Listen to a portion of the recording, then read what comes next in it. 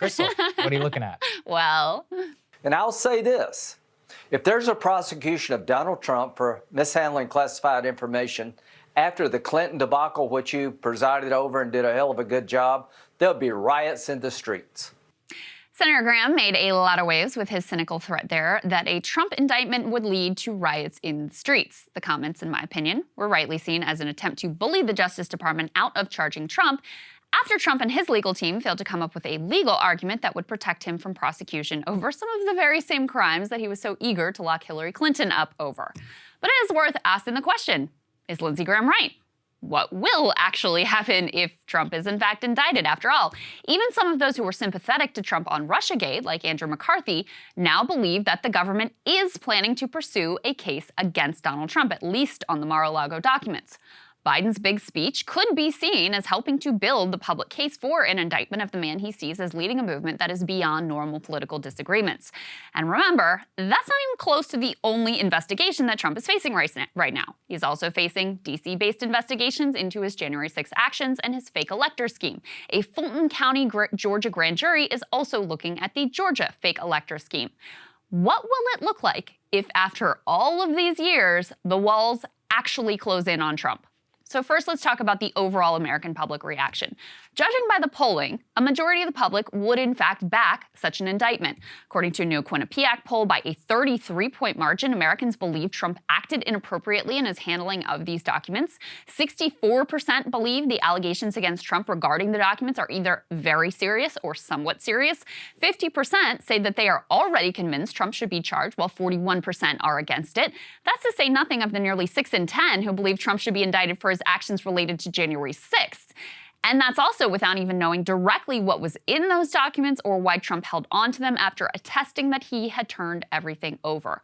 As more details emerge and Republicans leave Trump without his typical chorus of affirmation, I can only see those numbers going up. But of course, there will be plenty who will view this not as an application of the law, but as a politically motivated attack of the Biden Justice Department on his political opponent. Just as thousands bought every lie about Stop the Steal and became genuinely convinced that the election had in fact been stolen, and then, encouraged by Trump, became convinced that it was their patriotic duty to break into the Capitol on January 6th to try to stop what was, in their view, an assault on democracy.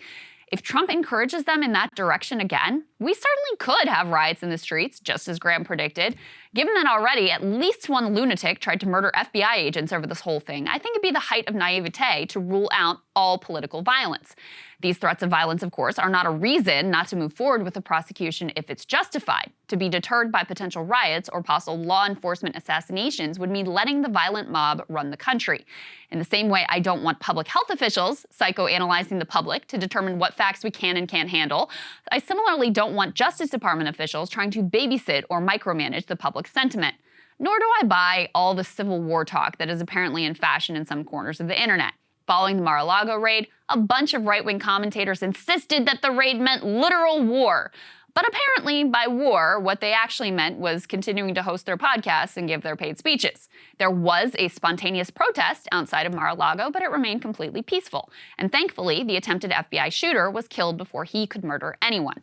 In other words, recent history says it might not be pretty, but the country can survive the fringe extremists who follow every one of Trump's actual or implied demands.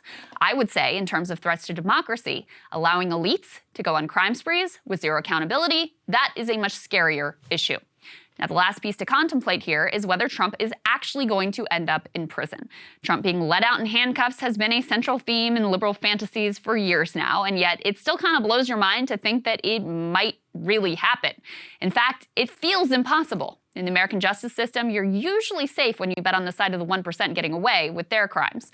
But Trump's polite society card has been pulled. So on the one hand, he's obviously receiving extraordinary deference as the former president. On the other, he is not entirely welcome in the full elites club these days. According to the unsealed search warrant, the government is actively investigating Trump pursuant to 3 criminal statutes related to the Espionage Act, obstruction, and destroying documents. The most serious of those could land you in prison for up to 20 years. Not that I feel confident even such an extraordinary outcome would be enough to kill Trump's political career. Legally, he could technically run for president from prison. Eugene Debs did it in 1920 and claimed nearly 1 million votes. Trump's legal jeopardy has been pushing independents away from Republicans, but with his base, Trump has only gotten stronger. Certainly, whether he ran or not, he would continue to dominate our politics as the next presidential election would be fought on the grounds of whether he'd get a pardon or not. So, riots in the street or not, there is no avoiding an ugly future here.